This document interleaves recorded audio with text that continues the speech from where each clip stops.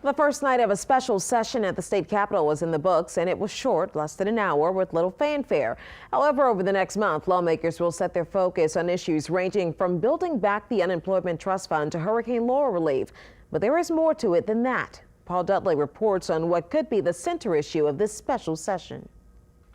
Louisiana lawmakers back in Baton Rouge for a special legislative session, one that could last a month.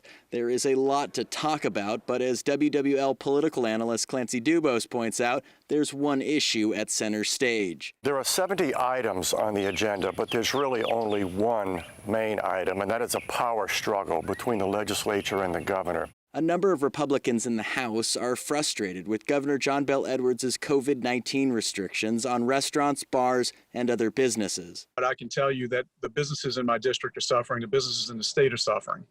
And I think we have to have a better balance between safety and business. We get no particular joy out of seeing people shutter their doors. We asked Senator Troy Carter, a Democrat from New Orleans, if he thought the legislature would strip the governor of any of his emergency powers that he used during the pandemic.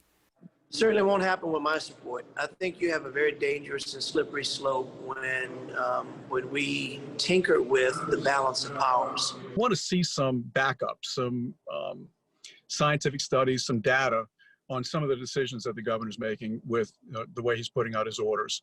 But it's not a sandbag type thing or anything, Paul. We're just trying to get the public informed as to how he's making decisions. The governor's emergency declarations are tied to federal declarations, which trigger federal dollars.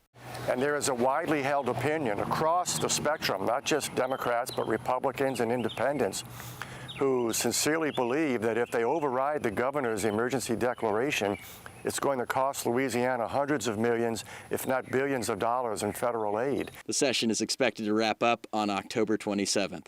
Paul Dudley, Eyewitness News. According to our partners at the Times-Picayune, New Orleans advocate Governor Edwards says the state constitution clearly gives him authority to grapple with a public health emergency. The special session continues tomorrow.